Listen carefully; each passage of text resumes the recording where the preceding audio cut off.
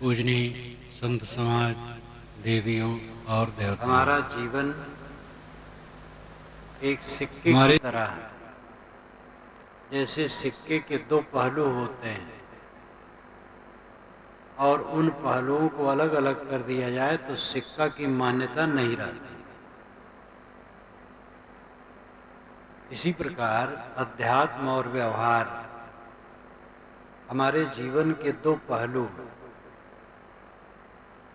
इन दोनों का महत्व है। व्यवहार कहते हैं प्राणी, पदार्थ, परिस्थितियों का बर्ताव। प्राणी होते हैं, पदार्थ होते हैं, परिस्थितियां होती हैं।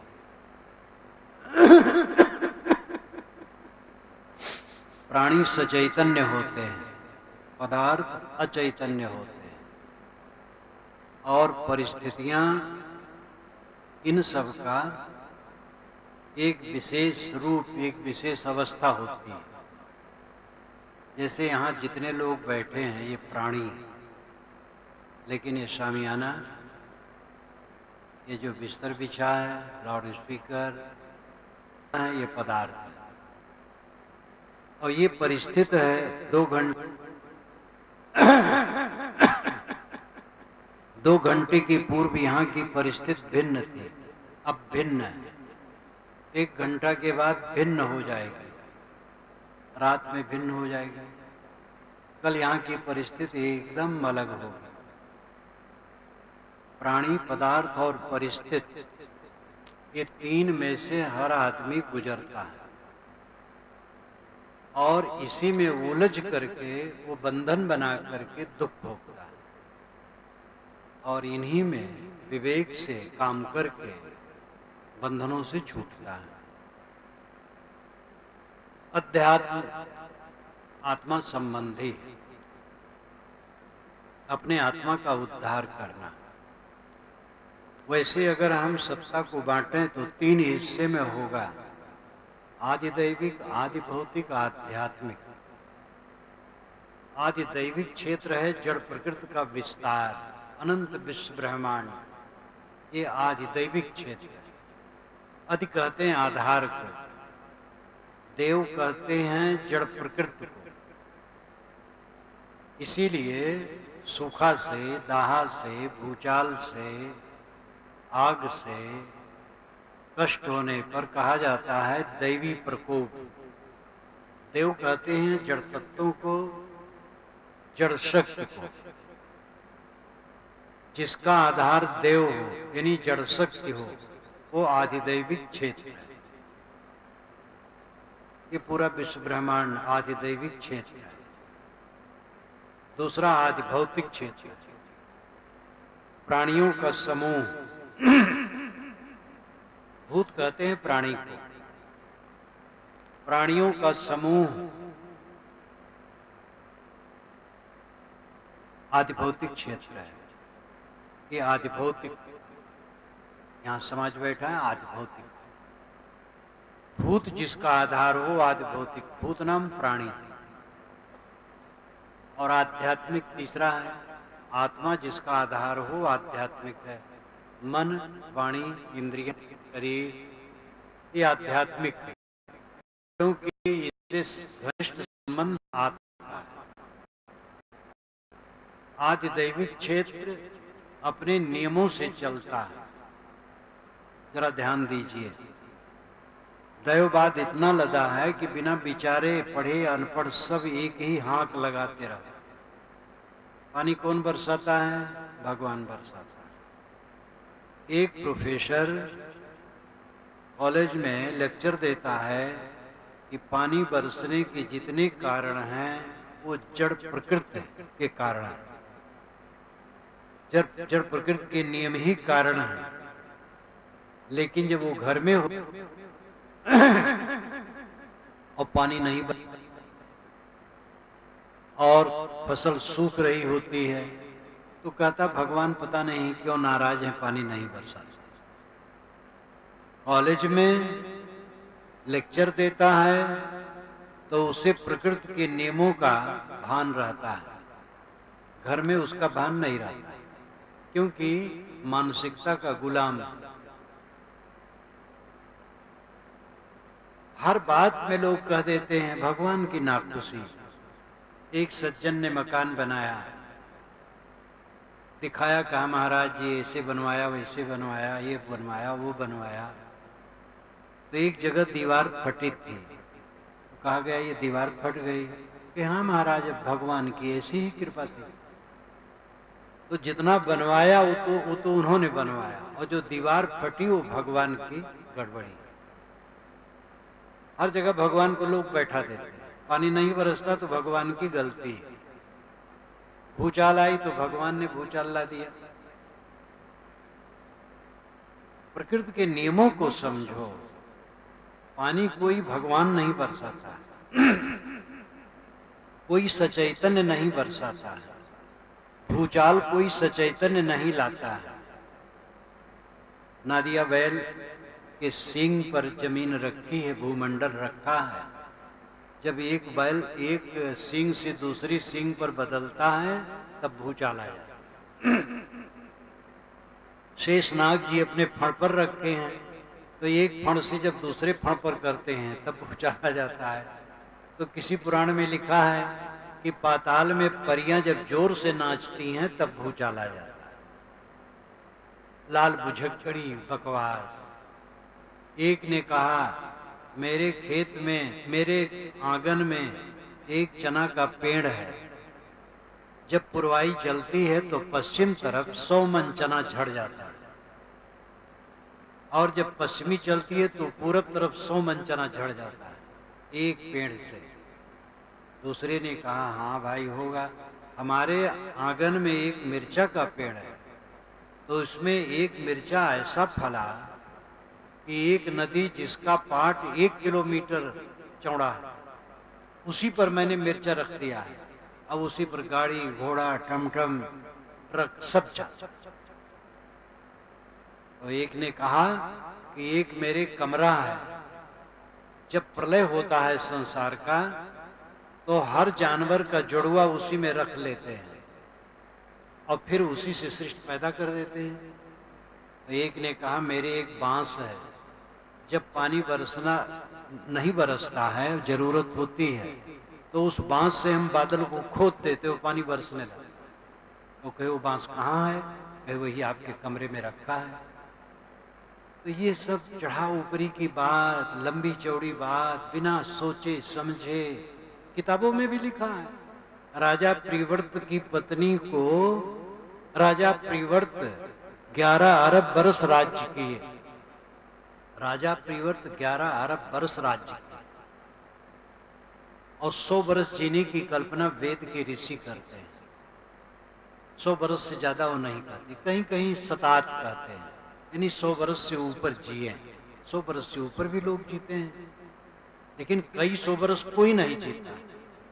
और 11 अरब बरस राज्य करते रहे। काकभूषण गरुण का संवाद गोस्वामी जी ने उत्तरकांड में मानस में रखा है। तो काकभूषण ने कहा यहाँ बसत मई सुन खग ईशा, बीते कल्प 7 अरु 20। ऐ खगेश, इस आश्रम पर रहते रहते मेरे 27 कल्प बीत गए। 4 अरब 32 करोड़ वर्ष का एक कल्प होता है, ये काल्पनिक है। और ऐसे ऐसे 27 कल्प बीत गए मेरा यहाँ रहते रहते। हर त्रेता में राम अवतार लेते हैं और हर त्रेता में मैं बाल भगवान को, राम को देखने जाता हूँ। आंखों देखा हाल है मेरा, 27 कल्प से मैं यही रह रहा हूँ, इससे प्रमाण और क्या होगा। लेकिन आपको जानना चाहिए कि वाल्मीकि रामायण में काकभूषुंड शब्द ही नहीं, काकभूषुंड है ही नहीं। गोस्वामी जी ने हर त्रेता में राम को जन्माने के लिए ये कथा गढ़ी। आप अगर राम कथा का मर्म जानना चाहें तो मेरी पुस्तक पढ़ें, रामायण रहस्य, जिसमें वाल्मीकि रामायण, अध्यात्म रामायण और रामचरितमानस तीनों का तुलनात्मक अध्ययन है, 11 अध्यायों में है। और उसमें राम कथा का स्रोत क्या है, ये प्रथम अध्याय है। वेद से मैंने लिया है और सब छान करके रखा है। उसके पश्चात एक एक अध्याय का को लिया है, फिर और भी समझ 11 अध्याय में है और पूरी छानबीन की है। एशिया में और यूरोप में कितने रामायणें बनी हैं वो सब का लेखा जोखा है। उसी कथा में वाल्मीकि जी ने क्या कहा है और अध्यात्म रामायणकार ने क्या कहा और मानस में क्या कहा है, ये मैंने तुलना की है और समीक्षा की। राम कथा का मर्म जानना चाहें तो रामायण रहस्य जरूर रखते हैं, इन पुस्तकों में वो होगी, अगर बची होगी तो आप ले सकते हैं। तो ये महात्माओं की वाणी, पंडितों की वाणी, ज्ञानियों की वाणी में भी ऐसी बातें हैं जो विचारणीय हैं, मान लेने लायक नहीं है। जानो तब मानो, विवेक करो। सभी महापुरुष सिर पर हैं लेकिन विवेक उससे ऊपर है। तो ये आधिदैविक क्षेत्र अपनी गुणधर्मों से चलता है, उसको कोई भगवान नहीं चलाता। आदि भौतिक क्षेत्र ये प्राणियों का समूह है। आधिदैविक क्षेत्र जानने योग्य है, जिससे भ्रांतियां कटें। और आदि भौतिक क्षेत्र ये सत्कार के योग्य है। आदि भौतिक परमात्मा, ये देखो परमात्मा बैठा है, प्राणी मात्र परमात्मा के स्वरूप है। इनके साथ रहमदिली का व्यवहार करो, ये करनी है। आदिदैविक क्षेत्र की बात जानने योग्य है, जान लो भ्रांत से रहित रहो। और आदि भौतिक क्षेत्र की बात जान करके सेवा करो, उनके साथ रहमदिली का व्यवहार करो। और आध्यात्मिक क्षेत्र की बात समझ करके साधना करो, आत्म विजयी बनो। तो व्यवहार पत्नी, बच्चे, माता पिता, भाई, सगे संबंधी, देवरान, जेठान, सास, बहू, ननद, भावज, गुरु, शिष्य, अनेक संबंधों में होते हैं। इनके साथ सुंदर बर्ताव किए बिना चित्त शुद्ध नहीं होगा, और चित्त शुद्ध हुए बिना आध्यात्मिक क्षेत्र में प्रवेश नहीं होगा। ज्ञान की बात कोई बहुत कह सुन ले और व्यवहार मीठा न हो, पत्नी से लड़े। ये देवियां भी कितनी होती हैं, पति से लड़ती, ये कम नहीं है। 2 देवियों को मैंने देखा लड़ते, तो दोनों हाथ उठा उठा करके, हम तुमसे कम नहीं, हम तुमसे कम नहीं। तो कहे तुम चलोगी डांट डांट तो मैं चलूंगी पात पात। तो देवियां भी कुछ गर्म होती हैं और देवता तो गर्म होते ही हैं।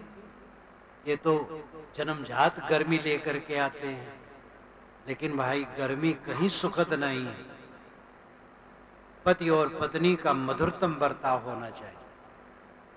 पति के लिए पत्नी धन है और पत्नी के लिए पति धन है।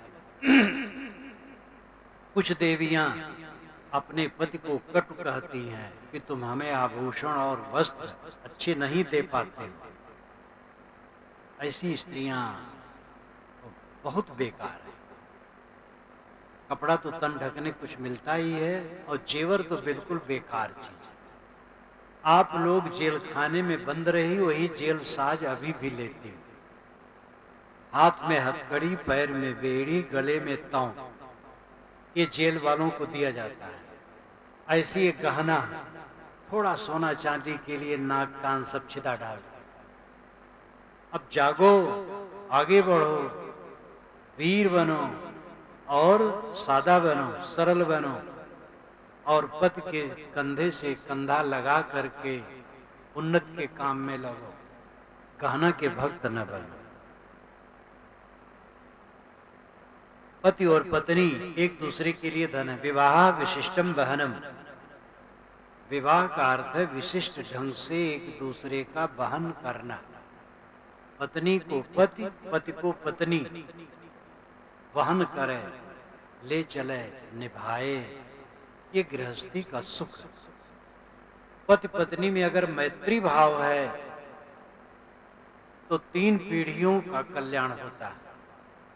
पति पत्नी प्रेम से रहते हैं तो निश्चित है उनके घर में बुजुर्गों का आदर होगा, सत्कार होगा, और उनके बच्चे जो होंगे उनको अच्छे संस्कार मिलेंगे। पति पत्नी लड़ते हैं, 2 बच्चे पढ़ रहे थे एक कमरे में, पति पत्नी लड़ रहे थे, वो दोनों बोल पड़े, पिताजी आप लोग इतना झगड़ा करते हैं, बहुत डिस्टर्ब हो रहा है पढ़ने में। तो सोचो माता पिता क्या इज्जत रह गई। माता पिता बच्चों को टोके कि बच्चे तुम लोग हल्ला न करो, बच्चे टोकते हैं कि माता पिता हल्ला न करो, तो क्या वो सीख देते हैं? जो माता पिता नशा का सेवन करते हैं बच्चों को क्या सीख देते हैं? इसमें देवता लोग तो बहुत बैठे होंगे, तंबाकू वाले, बीड़ी वाले, सिगरेट वाले, और कोई कोई बेड़ा पार करने वाले भी होंगे, बोतल वाले भी। और इन सब से तो ये अपना नुकसान करते ही हैं, देवियों को तकलीफ देते हैं। कुछ देवियां होती हैं जो तंबाकू बीड़ी ले लेती हैं, ये बहुत गलत है। संतान को प्रेरणा तभी दे सकते हो जब आपका चरित्र उज्जवल हो, पति पत्नी में मधुर बर्ताव, माता पिता का आदर। आजकल वृद्धाश्रम बन रहा है, बहुत बढ़ रहा है। भोपाल में गांधी भवन में मेरे कार्यक्रम करीब 12 बरस से हो रहे हैं, इस वर्ष भी है। तो उनकी शाखा है वृद्धाश्रम, काफी लोग रहते हैं, हिंदू, मुसलमान, ईसाई, सिख सब रहते हैं। तो वहाँ जब कई बार अभी भी गया था तो हुआ, तो पहली बार जब गया तो मैंने कहा भाई इस वृद्धाश्रम कायम करने वालों को तो विशेषता है उनकी प्रशंसा करनी चाहिए। लेकिन ये खेद की बात है, दुख की बात है कि लोग अपने माता पिता की सेवा न कर सके और वृद्धाश्रम में जाना पड़े। वहां पर जब घूम करके मैंने बात की सबसे, तो लोगों ने बताया ऐसे लोग थे कि हमारा बच्चा अफसर है, धन दौलत सब है, यहाँ पैसा देता है, और यहाँ कहा गया है कि पिताजी यहीं रहे, माता यहीं है। मतलब वो सेवा नहीं करना चाहते। माता पिता की उपस्थित कितने लोगों को पसंद नहीं। एक इंजीनियर के पिता ने बताया कि जब मेरा लड़का ऑफिस से आता है घर में, तब मैं ड्राइंग रूम से निकल करके गली में घूमता, अगर मैं वहां बैठा रहूं तो उसको पसंद नहीं। लेकिन उस अभागे को पता नहीं है कुछ दिन में वही नंबर उसके लिए आएगा, उसका लड़का और उसका बेड़ा पार करेगा। देखी देखा पाप, देखी देखा पुण्य। जहां हम रह रहे हैं मधुर बर्ताव, सास के साथ सुंदर बर्ताव न करोगी तो आप सास बनोगी तो आपकी क्या दशा होगी। ये माताएं अपनी पुत्री को तो बहुत प्यार देंगी, और बहू को, कितने घर में बहू और सास का 2 दल,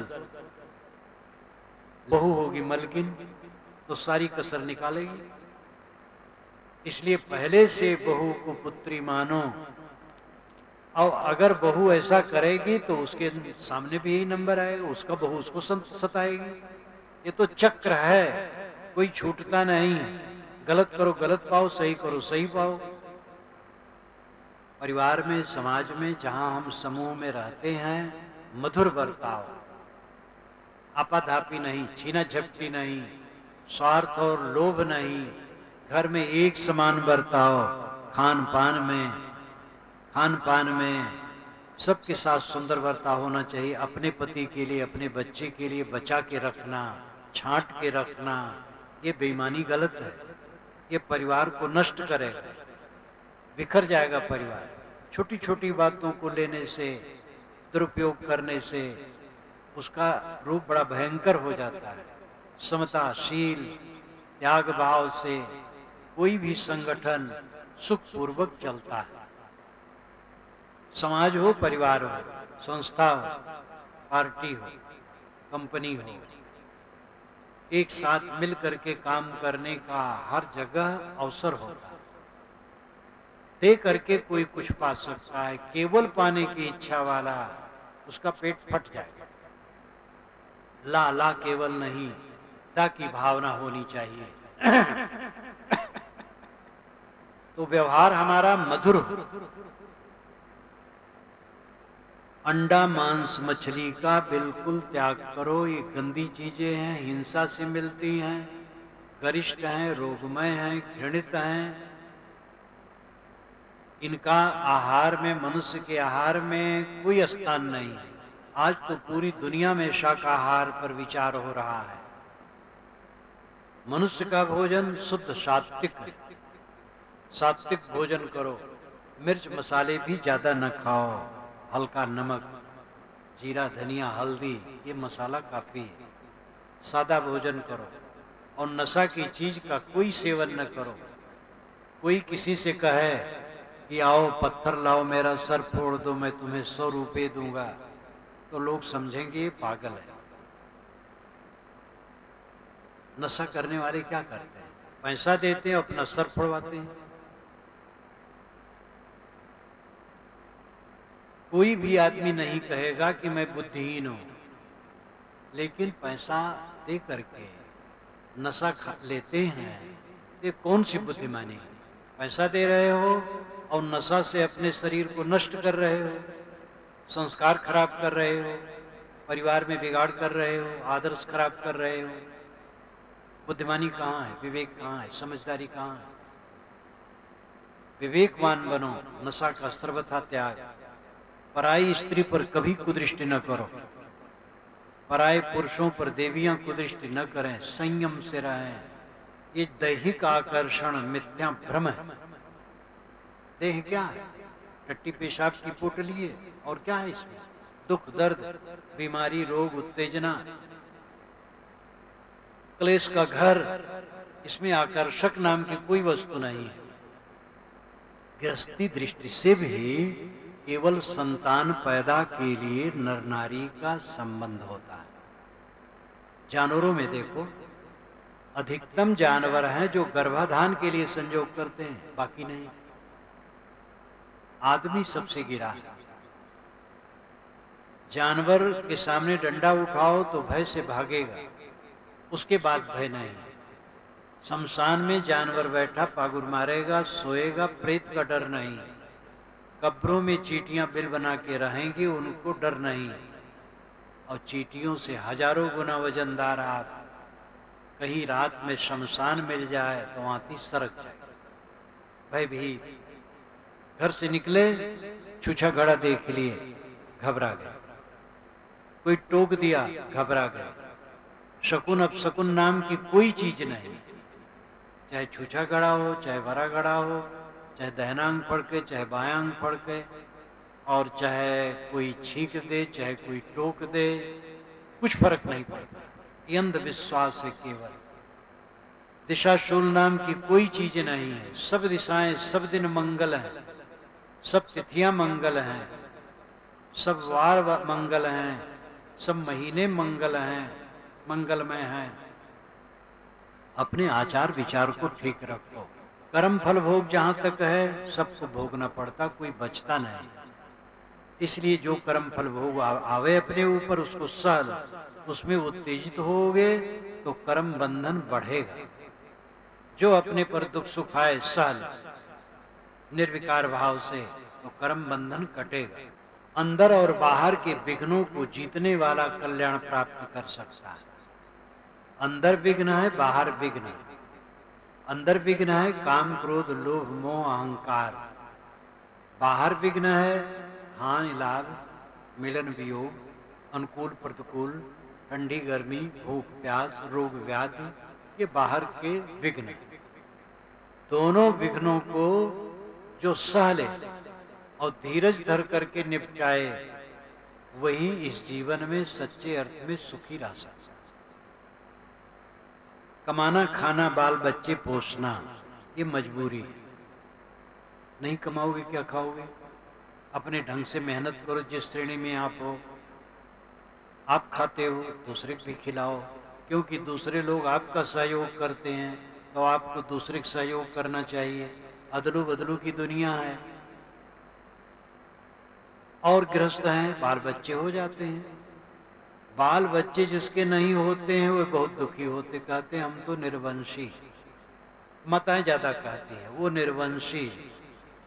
एक बुढ़िया ने कहा, मैंने सुना, बहुत पुरानी बात है, एक दूसरे से वो बात कर रही थी, मैंने सुना, बहनी आज सवेरे एक निर्वंशिन का मुंह देखन तो 2 बजे तक पानी नहीं मिला।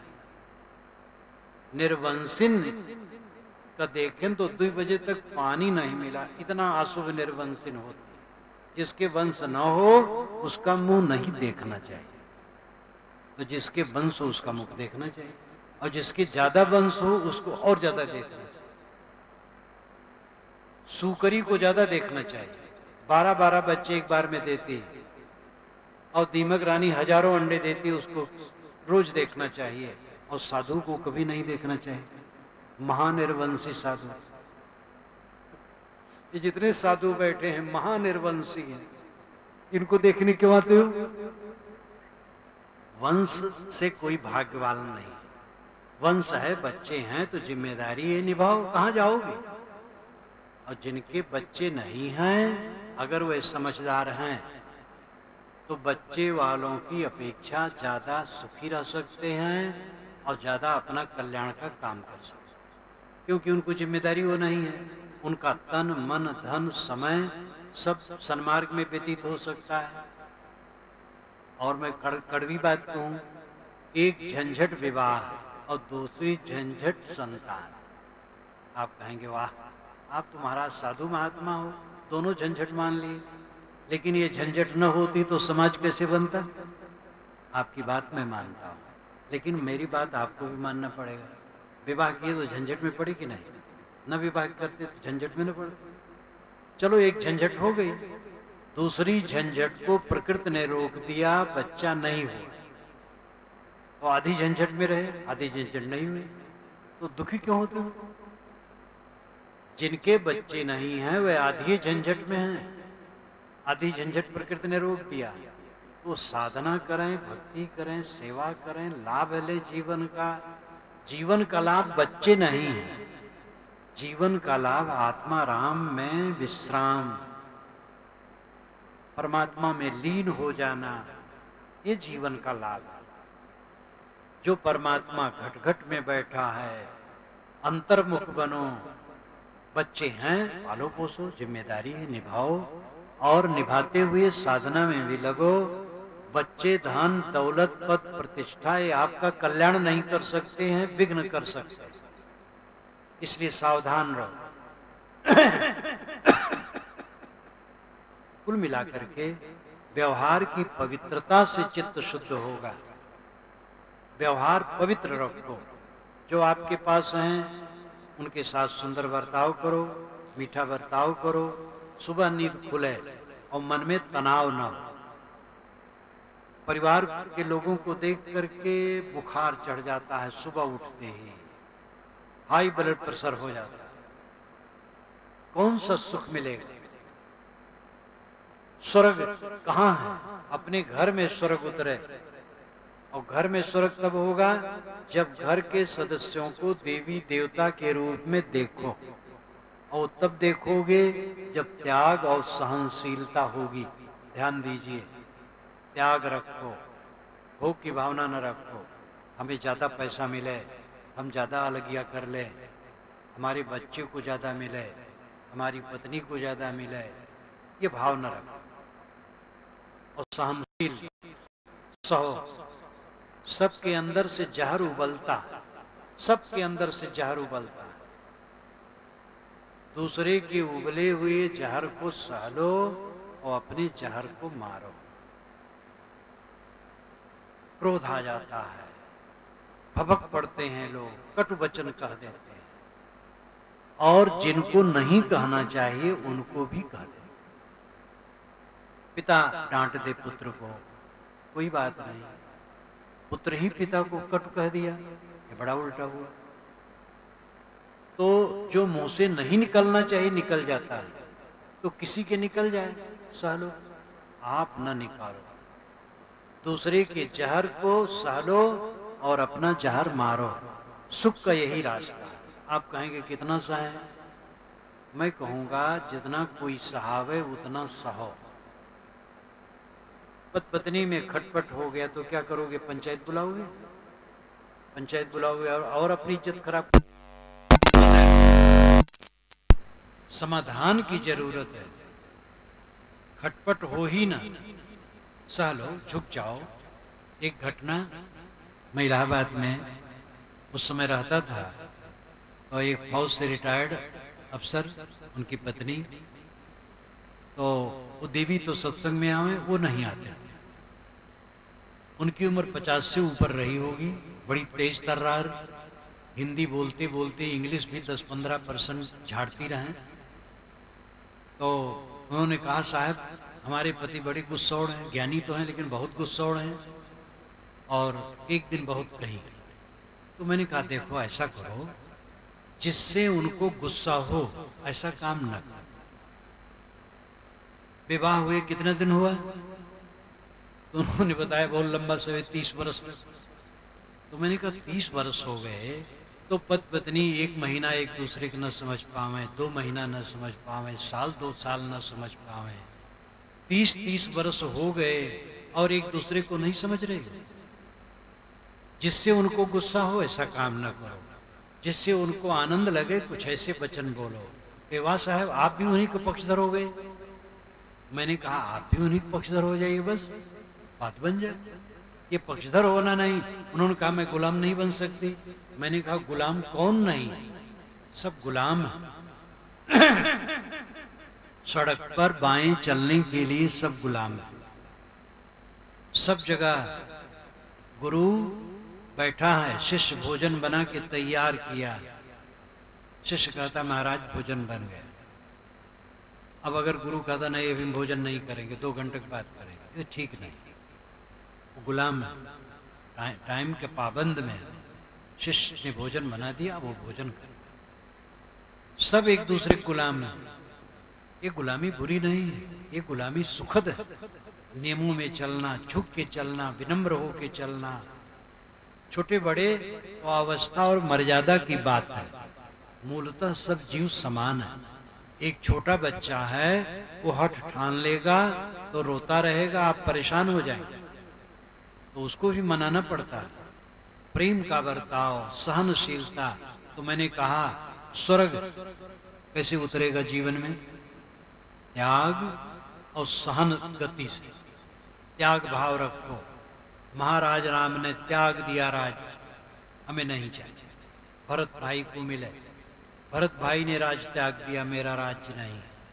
ये बढ़िया आदर्श है। कौरव पांडव लड़ गए। 2 महाकाव्य हमारे हैं, एक महाभारत, एक वाल्मीकि रामायण। वाल्मीकि रामायण भाईचारे का उपदेश सिखाती है और महाभारत घात-घाती युद्ध। लेकिन ये भी ध्यान देने योग्य है, महाभारत में ज्ञान बहुत है, 1 लाख से अधिक श्लोक है, गीता उसी में है, तो महाभारत में ज्ञान की कमी नहीं। अर्थ यह है कि भ्रातृघाती युद्ध चाहते हो कि भाईचारे का व्यवहार। गोस्वामी जी ने कहा है, रामायण अनुहर्त सिख, जग भयो भारत रीत, तुलसी सटके को सुने कल कुचाल पर प्रीत। रामायण के अनुसार शिक्षा दी जाती है कि भाई भाई प्रेम से रहो, लेकिन जग भयो भारत रूप, जगत के लोग महाभारत की तरह हो रहे हैं, भाई भाई लड़ रहे हैं। तुलसी सटकी को सुन कल कुचाल पर प्रीत, कल काल में कुचाल ही पर प्रेम है। प्रवक्ता जब थक जाता है समाज से तो अपने को कोसने लगता है। कबीर साहब ने भी कहा है, कहें कबीर सब खलक सयाना, इनमें हम ही अनारी। ये दुनिया के लोग ही समझदार हैं, मैं ही अनाड़ी हूं। समझाते समझाते जब थक गए तो अपने कहने लगते हैं। प्रेम का व्यवहार के बिना स्वर्ग नहीं उतरेगा। वैसे भारतीय परंपरा में तो रस्म है, कोई मर जाता है तो लिखा जाता है पत्र में, फलाने बाबू का स्वर्गवास हो गया।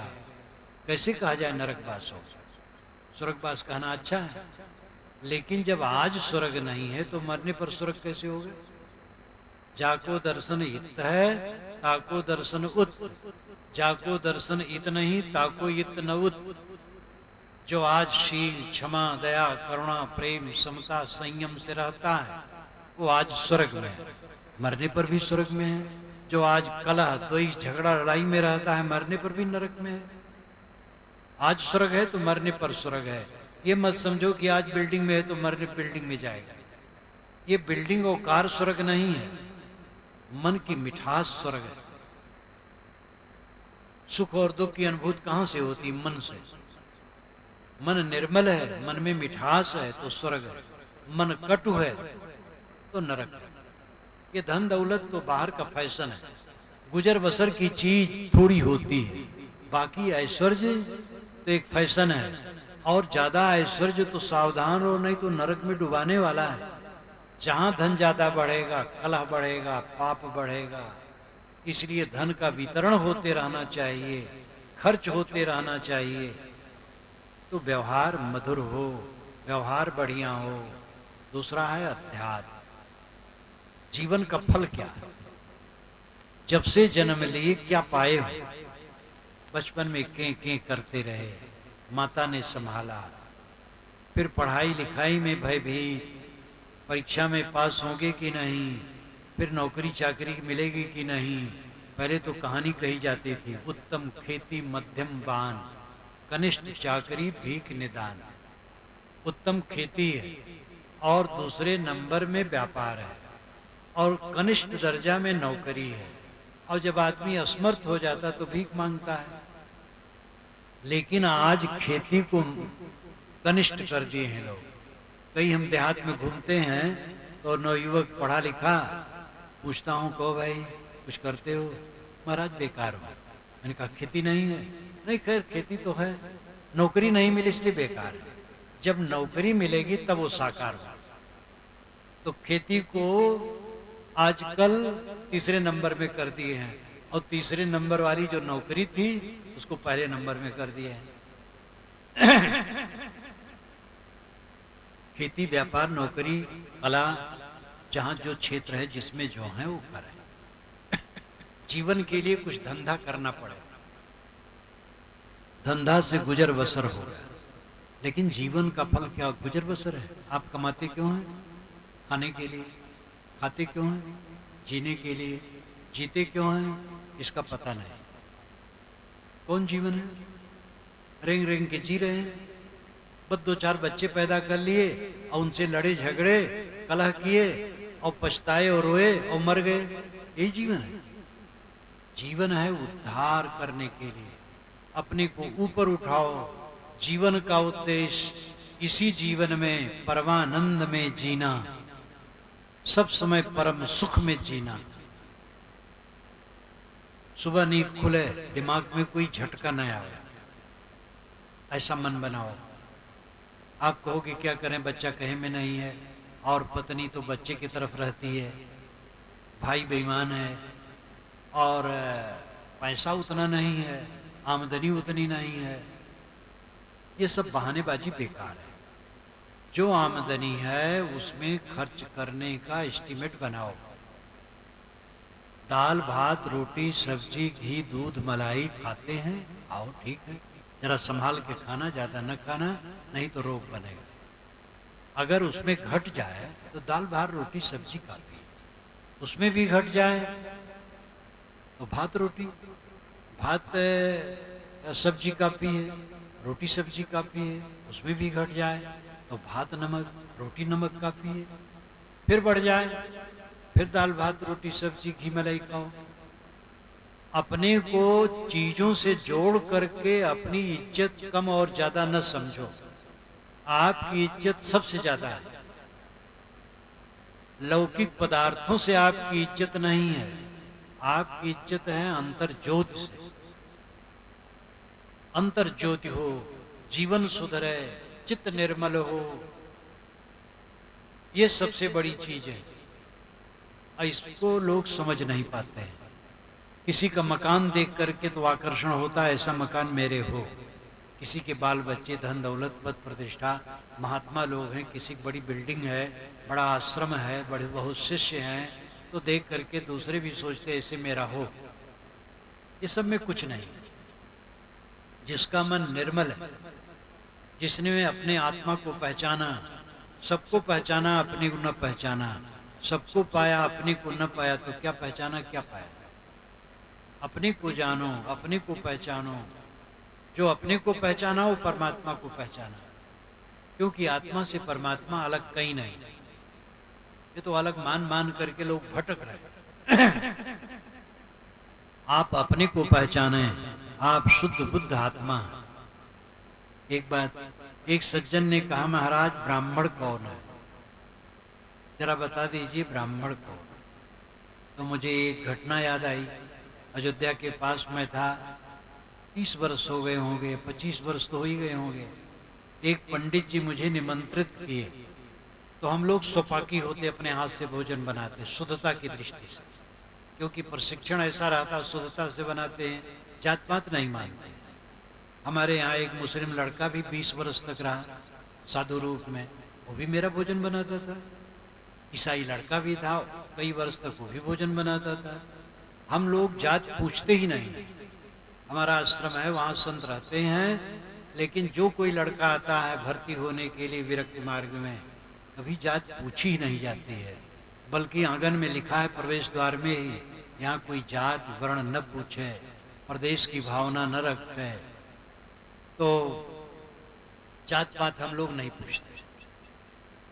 तो परंतु जो हम लोग सोपाकी है वो शुद्धता की दृष्टि से, कोई ब्राह्मण का लड़का आए भर्ती होने, तुरंत भोजन हमारा नहीं बना सकता। जब वो प्रशिक्षित हो जाए तब बनाए।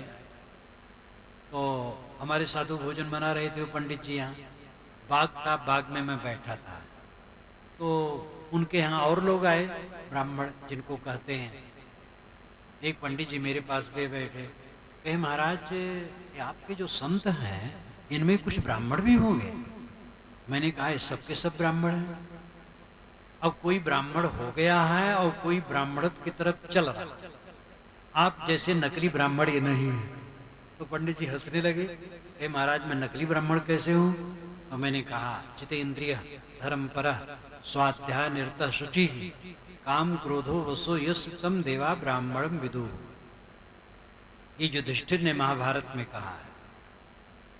जितेंद्रिय जो इंद्रियों को जीत लिया, जितेंद्रिय धर्मपरा जो धर्म में लीन हो, जितेंद्रिय धर्मपरा स्वाध्याय निरत स्वाध्याय में लीन हो, सत्शास्त्रों के अध्ययन में लीन हो, शुचि ही अंतर बाहर पवित्र हो, काम क्रोधो वसो यस जिसने काम क्रोध को अपने बस में कर लिया हो, तम देवा ब्राह्मणम विदुहु उसको सज्जन लोग ब्राह्मण कर।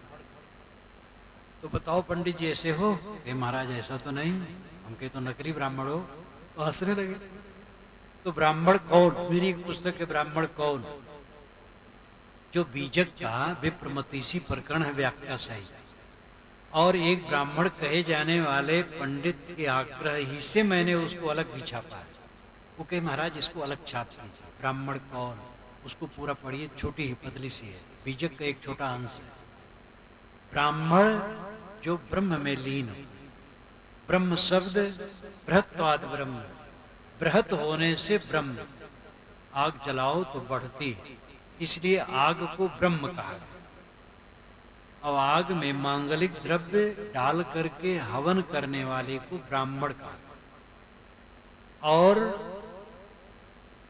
जिन वेद मंत्रों से हवन किया गया पढ़ करके, उन वेद मंत्रों को भी ब्रह्म कहा गया। शुरुआत यहां से हुई है। आग ब्रह्म है, और आग में हवन डालते समय जिन वेद मंत्रों का उच्चारण होता है वो वेद मंत्र ब्रह्म है। जो ये काम करे वो ब्राह्मण है। आगे चल करके आत्मा को ब्रह्म कहा गया। अहम ब्रह्मास्मि, मैं ब्रह्म हूं, तत्त्वमसि वह तू है, अयम आत्मा ब्रह्म, यह आत्मा ब्रह्म है, प्रज्ञानम ब्रह्म, ज्ञान ब्रह्म।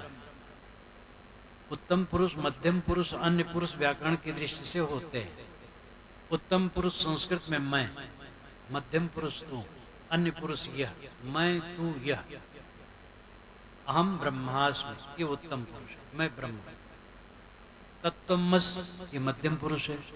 तत्त्वम अस वह तू है, जिस ब्रह्म को तू खोजता है तो खुद है। अयम आत्मा ब्रह्म, यह आत्मा ब्रह्म है। तो अयम आत्मा ब्रह्म ये अन्य पुरुष है। उत्तम पुरुष, मध्यम पुरुष, अन्य पुरुष। लेकिन एक वचन है प्रज्ञानम ब्रह्म, ये सब सार्वजनिक है। ज्ञान ही ब्रह्म है।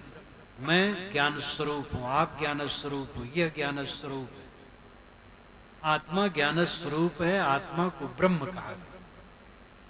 और जो आत्मा में लीन हो, जिसके विकार मन वाणी कर्मों के मिट गए हों, अब आत्मा में लीन हो, वो ब्राह्मण है। इसीलिए पुराने जमाने में धीवरी पुत्र वेदव्यास जी महाराज को ब्राह्मण कहा गया। आज तो कितना ही कोई विद्वान और तपस्वी हो, उसको लोग ब्राह्मण नहीं कहेंगे। तो हम लोग उदार हैं कि वे उदार थे? महाराज श्री राम ने अपनी शादी कहाँ की थी? सीता जी से। सीता जी के माँ बाप कौन? कोई नहीं जानता। वाल्मीकि रामायण में लिखा है, मैंने रामायण रहस्य में सब लिखा है। रामायण का मर्म जानना चाहें तो मेरा रामायण रहस्य पुस्तक पढ़ें। 3 बार वाल्मीकि रामायण में बात आती है। जनक ने स्वयं कहा है कि मैं यज्ञ भूमि शोधन की दृष्टि से हल चला रहा था। तो जैसे आजकल तालाब खोदना है तो नेता आ गए, 5 कुदारी मार दी, उनकी फोटो छप गई। तैसे जमीन को बराबर करने के लिए राजा सोने का हल चलाता था थोड़ा, फिर पब्लिक बराबर करती थी। तो सुबह का मुहूर्त था, जनक जी हल चला रहे थे, तो हराई के पास में एक कलश मिल गया। अंधियारा था थोड़ा, और कलश में एक शिशु था नवजात। तो जनक देखे, बस झट से हल छोड़ करके शिशु को उठा लिया। वही सीता। नाम सीता क्यों रखा गया? क्योंकि जब हल चलता है जमीन में तो नाली बन जाती है मिट्टी में, उस नाली को सीता कहते हैं वैदिक भाषा में। तो हराई के पास में वो लड़की मिली, इसलिए नाम रखा गया सीता। नवजात शिशु थी, कोई कलश में रख के छोड़ गया। कबीर साहब की घटना ऐसे है, जैसा लोग कहते हैं कि लहरदारा तालाब पर कमल फूल पर कबीर साहब प्रकट हुए। तो भाई प्रकट कैसे कोई कमल फूल पर होगा? कोई नवजात शिशु छोड़ गया और निरुनिमा पाए। तो सीता जी के माँ बाप का पता नहीं था। श्री राम ने उनसे शादी की। ये बतलाओ, वह बैक फॉरवर्ड हैं कि हम लोग फॉरवर्ड? उस जमाने में कितने वो प्रगतिशील थे। हमारे पूर्वज इस ढंग के जात पात नहीं। वशिष्ठ जी किसके लड़के थे? उदास मैत्रा वर्णों वशिष्ठोर्वस्या। उर्वशी अप्सरा से और मित्र वर्णों से थे। अप्सराओं का विवाह नहीं होता था, वो निमंत्रित होती थी। तो उसी समय मित्र और वरुण दोनों यहाँ हो जाती थी। गर्भ किससे रहा कोई पता नहीं। इसलिए पंडितों ने लिखा उदास मैत्रा वरुणो वशिष्ठोर्वस्या। ये ऋग्वेद का मंत्र है। अगर ये अर्थ माना जाए तो यही है। वाल्मीकि रामायण में तो राम ने खोल करके कहा है कि उर्वशी अप्सरा से गुरु वशिष्ठ पैदा हुए, लेकिन श्री राम ने उनको गुरु माना। हमारे गुरु कहाँ पैदा हुए, इसका मूल्य क्या है? वो ज्ञानवान है। अगर हमें इंग्लिश सीखना है तो तिवारी चाहिए, जो इंग्लिश का विद्वान हो चाहिए। अरबी सीखना है और संस्कृत सीखना है, बांग्ला सीखना है तो उसका विद्वान चाहिए। तो राम ने वशिष्ठ को गुरु माना, जो उर्वशी अप्सरा से पैदा हुए। वेदव्यास के पिता पराशर थे, जो भंगिन से पैदा हुए थे। उनके पिता शक्ति थे और उनके पिता वशिष्ठ। एक बात पर ध्यान दीजिए, वशिष्ठ और वेदव्यास में लाखों वर्ष का अंतर मानते हैं और कुल 4 पीढ़ी है। वशिष्ठ के पुत्र शक्ति, शक्ति के पुत्र पराशर, पराशर के वेदव्यास। 100 वर्ष के अंदर कुल 4 पीढ़ी 100 वर्ष के अंदर होती है। तो इस पर भी आप लोग कभी सोचिएगा। इसलिए हमारे पूर्वज उदार थे, वो जात पात की ऐसी घृणित भावना में नहीं थे। इतरा नाम की दासी थी, उसका पुत्र महिदास, जिसके नाम से इतरे ब्राह्मण है, ऋग्वेद का ब्राह्मण। मैंने जगह जगह इतरे महिदास का उदाहरण दिया है अपने ग्रंथों में। वो शूद्रा के पुत्र थे, लेकिन ऋग्वेद के ब्राह्मण ग्रंथ के वे रचयिता माने जाते। उनको फुरा, ऋग्वेद ब्राह्मण फुरा अनुभव हुआ। पहले जमाने में ये संकुचितता नहीं थी, छुआछूत नहीं थी, ऊंच नीच की भावना नहीं थी। जो आत्मज्ञानी हुआ वो ब्राह्मण। और आज भी आप लोगों को यही सोचना चाहिए। तो ब्राह्मण कौन, एक प्रश्न आया था। ब्राह्मण वह है जो आत्मा में लीन है, मन वाणी कर्म जिसके निर्मल है और आत्मलीन है, वो ब्राह्मण है। अंतिम बात, अपने अपने कल्याण की बात सोचो। शरीर रहने वाला नहीं है। अंतिम दिन को देखो, करो रे मनवा दिन की तदबीर। कौन ध्यान देता है? ये बाहर की चमक दमक में सब भूले हैं, मशगूल हैं इसी में। मालूम हो ऐसा ऐसे रहेगा, बका पर कोई ध्यान नहीं दे रहा है। अंतिम में क्या शेष रहेगा? मौत को देखो, मौत के पहले अपनी व्यवस्था करो जिससे जाते समय पछताना ना पड़े। जब मौत का समय आए तो चित्त घबराए ना कि मेरा छूट रहा है। पहले से मन वाणी कर्म से मोह को छोड़ दो, काम करो, सेवा करो। माताएं कहेंगी मोह छोड़ देंगी तो बच्चों को कैसे पालेंगे? कबीर साहब ने कहा है, कमल पत्र हैं संत जन रहें जगत के माए, बालक केरी धाय जो आपन जानत नाय। संत जन कमल पत्ते और फूल की तरह रहते हैं। पानी में रहते हुए कमल के पत्ते और फूल पानी में लिपायमान नहीं होते। ऐसे संत दुनिया में रह करके अनासक्त है। दूसरा उदाहरण, बालक की रिधाय जो आपन जानत ना है। धनी घरानों में बच्चों को पालने के लिए, नवजात शिशुओं को पालने के लिए नौकरानियां आती हैं, उनको धाय कहते हैं। नौकरानियां बच्चों को पालती हैं, पोसती हैं, प्यार करती हैं, उपटन करती हैं, खिलाती हैं, अपने सीने पर सुलाती हैं, लेकिन नौकरी छोड़ करके जाने लगती हैं तो दुखी नहीं होती, समझती मेरा नहीं। इस संसार में जो इस ढंग से रहता है वो दुखी नहीं होगा, क्योंकि काल निर्दय है, वो सब कुछ छुड़ा देता है। उसको नजर में रखो। जितना संबंध है सबका संघात छूटना है। पहले से धाय की तरह रहो, मन के मोह को जीत करके रहो, तो अंत में पछतावा नहीं होगा। और जो मन के मोह को नहीं जीतेगा वो पछताएगा। कहीं कबीर ते उबरे जाहि न मोह समाए। वही उबरता है जिसके मन में मोह नहीं समाता है। उपासना, सगुण उपासना, निर्गुण उपासना, साकार निराकार और वैदिक अवैदिक जितने नाम लिए जाएं उपासना पद्धतियों के, सभी उपासना पद्धतियों की रीढ़ है अनासक्त निर्मोहता। बिना निर्मोह हुए कोई किसी साधना में सफल नहीं हो सकता। निर्मोह क्यों होना चाहिए? आसक्ति क्यों मिटना चाहिए? क्योंकि सब छूटने वाला है। सीधी बात है, कुछ रहने वाला नहीं है। मेरी गोद में मेरा प्यारा पुत्र है। थोड़ा विचार करो तो एक लड़का है, थोड़ा और विचार करो तो मांस हाड़ का एक लौंदा है, थोड़ा और विचार करो तो मिट्टी का पिंड है, थोड़ा और विचार करो तो कणों का प्रवाह है। चेतन अदृश्य हो तो दिखाई नहीं देता है। विचार करते जाओ, चीजें खोती जाएंगी। हमारे बचपन का क्या है? हमारे बचपन का जो कुछ है कुछ नहीं है। जिन बच्चों के साथ हम खेलते थे, अगर हम उनसे मिलना चाहें तो बड़ा मुश्किल है। बहुत लोग तो रहे नहीं, और जो है वो पता नहीं कहाँ कहाँ चले गए। दिल में जो दिल बन के धड़के गए तो न देखा जरा मुड़ के। जो दिल में दिल बन करके धड़कते थे वो गए तो मुड़ के देख न सके। इसीलिए साहब ने कहा, करो रे मनवा दिन की तदबीर। जब जमराजा आनी पड़ेंगे नेक उधरत नहीं धीर। मुंगरिन मार के प्राण निकासत नयनन भरी है नीर।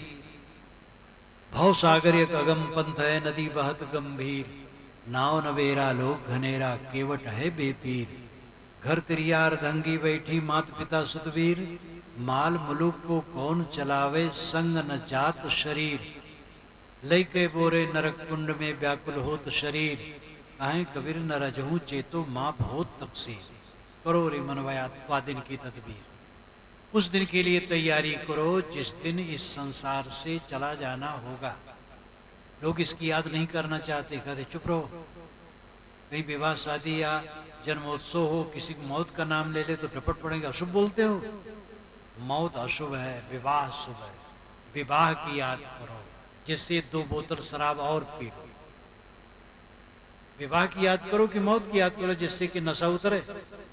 आज तो धनी लोग विवाह दिवस मनाते हैं, बूढ़े बूढ़े विवाह दिवस मनाते हैं। मृत्यु के दिन को देखो, राम और मृत्यु। कबीर साहब इन दोनों की बहुत याद कराते हैं।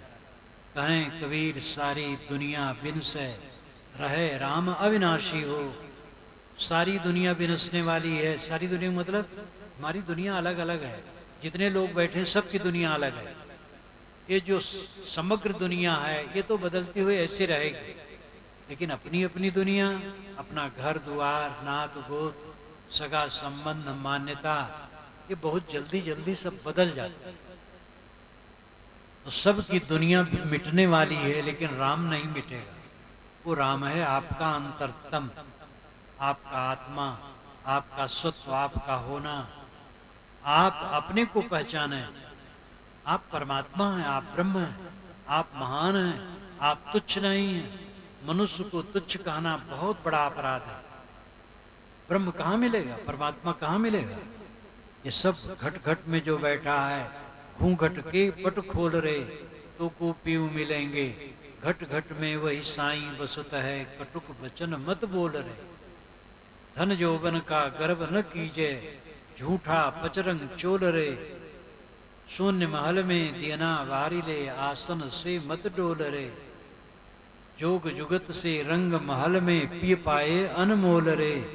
कहें कबीर आनंद भयो है, बाजत अनहद ढोल रे। इस शरीर के अंदर में जो बुद्धिवृत्ति है वो परमात्मा पद को पाना चाहती। साहब कहती है, ऐ बुद्धिवृत्ति तू पर्दा हटा दे, घूंघट का पट खोल दे, अविद्या मोह का पर्दा हटा दे। पीयू परमात्मा आत्मा तो तेरे अंदर बैठा है। न पातालम न च विवरम गिरीणाम, नैवांधकारम कुक्षो नोदधीनाम। गुहाजस्याम निहितम ब्रह्म शाश्वतम, बुद्धिवृत्तिम अवशिष्टाम कवयो वेदयन्ते। ब्रह्म कहाँ बैठा है? न पातालम, वो पाताल में न है। न पातालम न च विवरम गिरीणाम, न तो समुद्र की खोह में। न पातालम न च विवरम गिरीणाम, नैवांधकारम, न अंधकार में है। कुक्षो नोदधीनाम, न समुद्र के पेट में है। बुद्धिवृत्तिम अवशिष्टाम, जो बुद्धिवृत्ति में बैठा हुआ है। कवयो वेदयन्ते, विवेकवान कहते हैं वहां ब्रह्म बैठा है तुम्हारी बुद्धिवृत्ति में। तुम्हारी बुद्धि का संचालक कौन कर रहा है? तुम खुद कर रहे हो, तुम ब्रह्म हो। तुम अपने को तुच्छ मत समझो। इंद्रियों और मन की गुलामी से क्लेश है। इंद्रियों और मन की गुलामी जितना छोड़ो, ब्रह्म स्वरूप हो जाओ। जितना आदमी विषयों में डूबेगा उतना दरिद्र रहेगा। दरिद्रो सत संतुष्ट कृपणो योजितेन्द्रिया, गुणे सुशक्त धीरीशो गुण संगो विपर्जया। ये श्रीमद् भागवत में कहा गया। दरिद्र कौन है? जो असंतुष्ट है। कृपण कौन है? जो जितेंद्री नहीं है। गुलाम कौन है? जो इंद्रियों का दास है। ईश्वर कौन है? जो इंद्रिय मन को जीत लिया। अपने आप को पहचानो, सहन गति रखो, त्याग रखो, सह लो। सहने वाला अमृत हो जाता है। गंगोत्री से पत्थर टूट के चलते हैं और टकराते टकराते जो चिकना हो जाता है उसको लोग भगवान मान करके पूछते हैं, और जो रेत बन जाता है वो बेकार हो जाता है। ये उदाहरण है। इस दुनिया में सर्वत्र टक्कर है, सर्वत्र सहना है। इसमें सह करके अगर प्रसन्न चित्त हो करके चिकने बने रहोगे, प्रसन्न रहोगे और टूटोगे नहीं तो देव हो जाओगे। टूट गए तो रेत हो जाओगे। सहना एक को नहीं, सबको सहना। राजा बादशाह साधु गृहस्थ धनी निर्धन सबको सहना है। सब जगह से जीताओ, अपने घर में सहना पड़ेगा। एक बड़े अहंकारी सज्जन बड़े बोले का कहे, मैं घर बाहर सब जीत जाता हूं, मेरा लड़का ही मुझे हरा देता है। तो ये संसार ऐसा है कि हर जगह सहना, सहन रखो, शील का व्यवहार रखो, त्याग भाव रखो, संयम से चलो, अपने को संभालो, अपने को पहचानो। इस जीवन में रहते रहते ऐसा जीवन जियो कि नींद खुले और मन में अशांति न हो। दिन भर का काम आनंद पूर्वक करो, शाम को बिस्तर पर जाओ, सुख से सो जाओ, सुख से जियो, सुख से मरो। सुख से जागना, सुख से सोना, सुख से जीना, सुख से मरना, ये जीवन का फल है। बहुत धन पाया, सोते दुख, जागते दुख, जीते दुख, मरते समय हा हा करके मर गए, क्या मिला? जीवन उसका सफल है जो सब समय आनंद कंद रहे। वो आत्मशोधन, आत्म सुधार से होगा।